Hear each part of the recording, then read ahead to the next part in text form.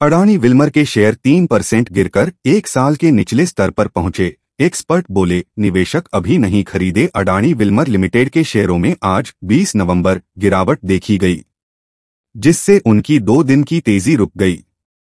Stock 2.71% फिसलकर एक साल के निचले स्तर 287 रुपये पर पहुंच गया।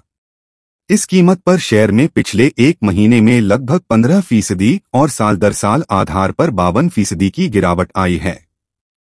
शेयर की कीमत में गिरावट की वजह उस रिपोर्ट को माना जा रहा है जिसमें अडानी ग्रुप कथित तौर पर अडानी विल्मर में अपनी 43.97% की पूरी हिस्सेदारी बेचने के लिए कई मल्टीनेशनल कंज्यूमर गुड्स कंपनियों से बातचीत कर रहा है।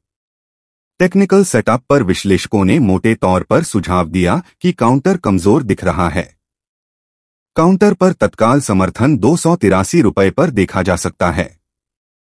DRS फिनवेस्ट के संस्थापक रवि सिंह ने कहा, शेयर कमजोर दिख रहा है।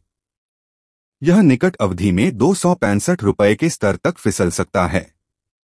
उच्च स्तर पर प्रतिरोध 295 रुपये के आसपास होगा।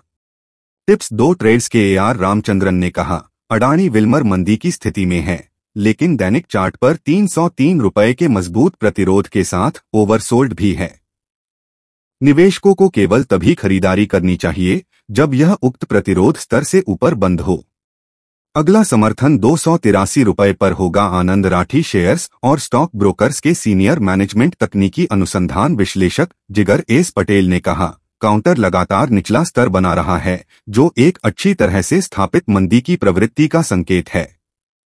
जैसे जैसे हम आगे बढ़ेंगे, 250 रुपये को महत्वपूर्ण समर्थन के रूप में देखा जाएगा और प्रमुख प्रतिरोध 350 रुपये के करीब देखा जाएगा।